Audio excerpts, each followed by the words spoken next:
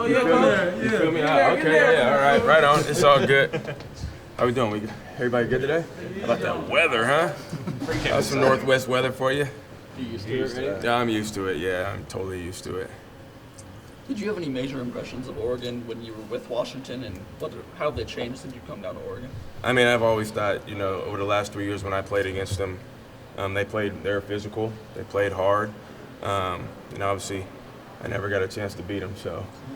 But no, it was always fun playing against them and competing against them.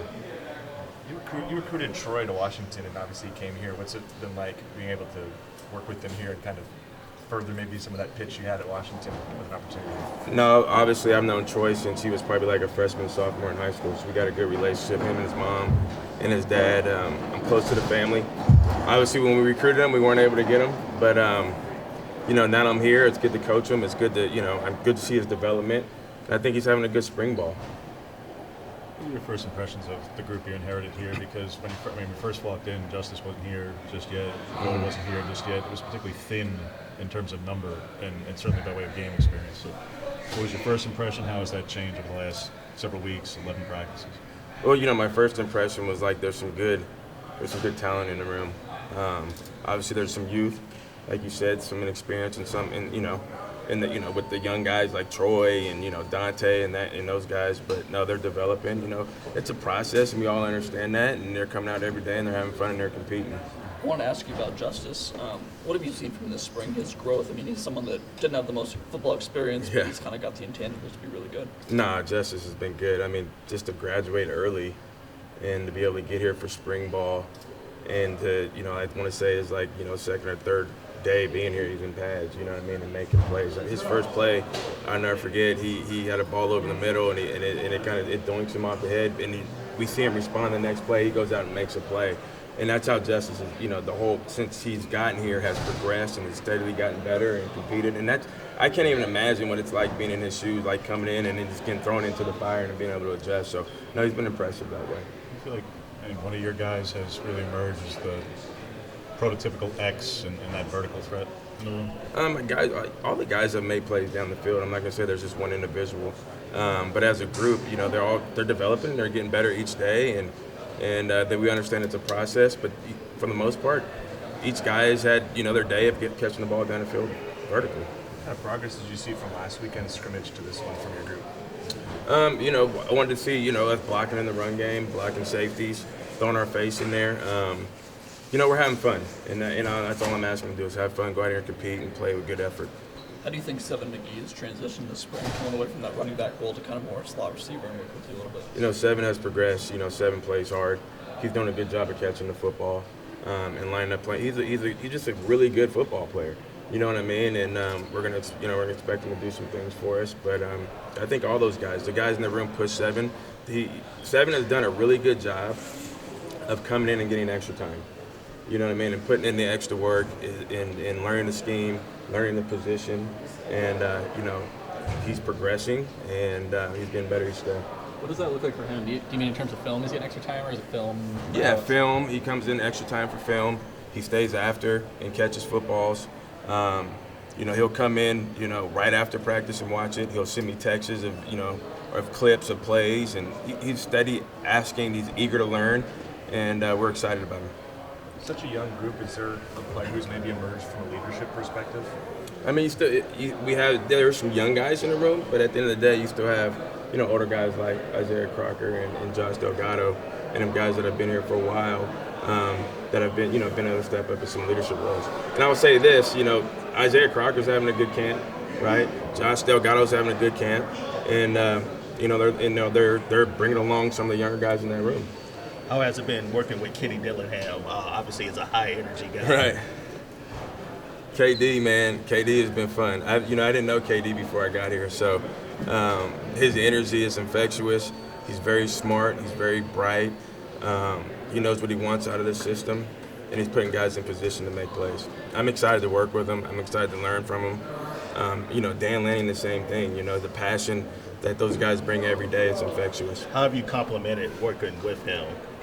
I can bring ideas to the table, but for the most part, we all work together as an offensive unit, and I think that's the cool thing. It's not Kenny presents things and he allows us to give him ideas and he listens to our ideas, which is very awesome because there's some people that don't, you know what I mean? And, I'm excited to be able to work with those guys. Have you had much exposure to the HUNH system previously? Did you clinic with anybody, whether it be Gus or Chad Morris or Norvell over the years? Have I? Yeah. Prior No, to I haven't. This is the first time I've been a part of this type of system, but it's good. I like it. Now that you've been at Oregon for a while, getting through the spring, all eyes are on next weekend's scrimmage, at least from a fan standpoint. Yeah. What do you view as maybe some of the strengths of this offense? What do they do well? I think we do a good job of getting the ball out quick. We do a good job in the run game, as far as the number count, getting guys the football, getting guys targets, and putting our players in the best position for them to be successful. You obviously have a close relationship with Cooper Kupp from his time at school. I'm curious how watching his past year with the Rams winning that Super Bowl was like from a pride standpoint for you. How much fun was that for you? Pride-wise, Coop, it's all Coop, man. That dude works hard. One thing about Coop, he's married to the process, and he's process-driven over results-driven. And to see his work paying off is awesome. You know what I mean? And the thing about it, playing that long of a season, he was blessed to he's blessed to stay healthy. You know what I mean? I think he's had some good seasons leading up to the way, or throughout the season, and he may have got nicked up or may have had an injury, but he stayed durable. He stuck to his process, and I'm excited for him and his wife Anna and his family. I mean, it's awesome to be able to sit back and sit on my couch and actually watch him, catch the fade to win the Super Bowl. I mean, that's pretty cool. I'm excited for his whole family. If you didn't know Kenny and you hadn't worked in his system, what was so attractive about joining the staff? Guys, look who we got on this. I mean, this is a heavy hitter staff now. I mean, it's talented. It's football coaches as they come. You know what I mean? I was just excited to get here and eager to get here and be able to learn from these guys, especially with Dan. I think, if what he believes in and what I believe in, it fell in line. Just connecting, the growth mindset. These are all things I believe in and that Dan believes in, and it works together. And I'm fortunate and I'm very excited to be here. So the other day that Chris Hudson was limited on Thursday, but it sounded like he was out there today. Certainly he's been out there a lot of spring. When he's the leader returning in terms of numbers, what has he brought to the room? How has he elevated his game so far this spring? Chris is a dog. He's a competitor, ultra competitor, and that's what he brings to that room. And he's a playmaker. He makes a lot of plays. He brings that juice every day in practice, and he works at it. Do you have him at the Y, the Z, the A, anyone in particular? Or? I mean, a guy like Chris, he can move around anywhere. You've got a variety of skill sets in the wide receiver group. You got length, you got speed, playmaking. What do you want a Junior Adams wide receiver to be known for, to pride themselves on? Playing hard and having fun and making plays. And most importantly, I always say FBI, football IQ, being smart football players in situational football, and going up and competing for the football. How does blocking kind of factor into that? And does Chris kind of set the tone as a blocker for you guys? I know you had some huge hits last year. Yeah, Chris is funny, man. Chris is, he'll throw his face in there now. He's a dog now. He's going to bite you. But all those guys will go out there, and that's the thing that I like about this group. They're super talented. Like we said, there's size and speed in there. There's good, smart football players. Every one of them are totally different, and that's what's pretty cool about them. You inherited a group that, with Troy and Dante and Isaiah, they went by last year. Was the big thing was at least the skinnies. They call themselves the skinnies. The skinnies? Yeah. That's the first time I heard that one. I'm about to walk in the meeting room and ask them about what's the skinnies. Well, that's my question to you is that. And when you talk about perimeter blocking, and all right, Troy came in, he was 169 pounds. Yeah. I don't know how much he's put on since, but He's put on some weight. Right. So how much do you want your guys to be known as something a little bit more, to fill out their frames a bit more now that they're here to me, too, sometimes it's not about how big you are. It's about the want to be able to do it.